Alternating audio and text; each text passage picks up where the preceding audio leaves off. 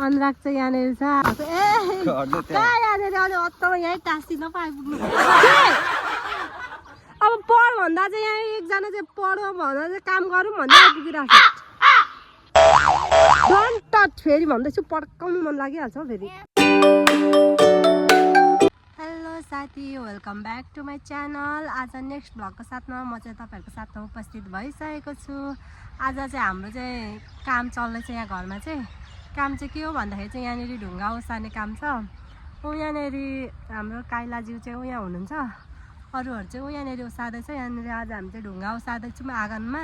आँगनमा चाहिँ होइन, आँगन चाहिँ हामीले के भन्छ फाउन्डेसन गरिसकेको छ। बाहिर अलिकति बाटोमा चाहिँ ढुङ्गा चाहिएकोले हामी चाहिँ यहाँ हाम्रो बारीको ढुङ्गा लाँदैछौँ। ताङले चाहिँ यहाँनिर ढुङ्गा ओसार्दैछ। अबि अल्छी नगरौँ न हो, यता चाहिँ फेरि हाम्रो कान्छो चाहिँ अल्छीको पोको हो कि क्या हो, गले जस्तै छ।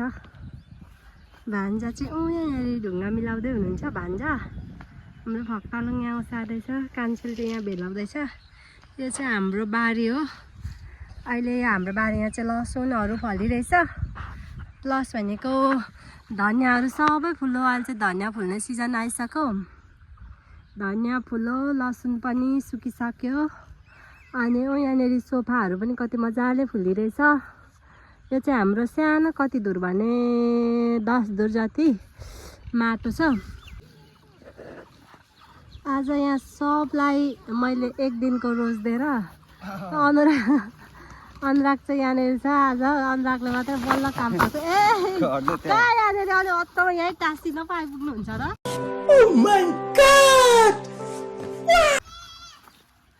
यहाँनिर दुईजना भान्जा र अभि चाहिँ यहाँ छ। काइला चाहिँ यता लाँदै हुनुहुन्छ। म्यास चाहिँ उता फाल्तुमा कराउँदैछ, काम चाहिँ होइन, यहाँ कराउँदैछ। अनि हाम्रो बारीमा के छ भने चाहिँ म तपाईँलाई देखाउँछु है त।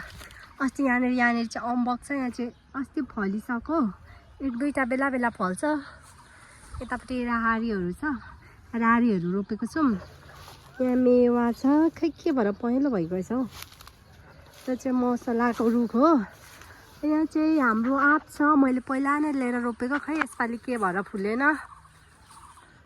यत्रो ठुलो भएर पनि फुलेन। यहाँ चाहिँ ड्रागन फ्रुट छ।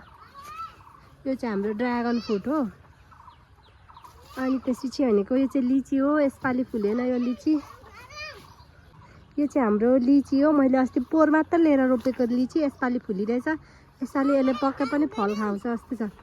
के अब पढ भन्दा चाहिँ यहाँ एकजना चाहिँ पढो भन्दा चाहिँ काम गरौँ भन्दा आइपुगिरहेछ। के खालको केटा हो तँ सम्झा? यो चाहिँ हाम्रो सुपारीको बोट हो। Don't touch, don't touch, don't touch फेरि भन्दैछु, पड्काउनु मन लागिहाल्छ हौ फेरि। छुनु हुँदैन, हेर्ने मात्रै हो। यस्तो छ है हाम्रो बारी चाहिँ। ल फाइनली हामीले चाहिँ यति ढुङ्गा चाहिँ ओसारिसक्यौँ। यहाँनिर हामीले यस्तो बनाइसक्यौँ। यो हाम्रो बारीको ढुङ्गाहरू ओसारेर अब यति चाहिँ हामीले बनाइसक्यौँ। यहाँनिर अलिकति बाँकी छ। अहिले चाहिँ घाम लाग्यो, अहिले चाहिँ घाम लागेको अवस्था। त्यही भएर अब यति चाहिँ हामी भरे गर्छौँ।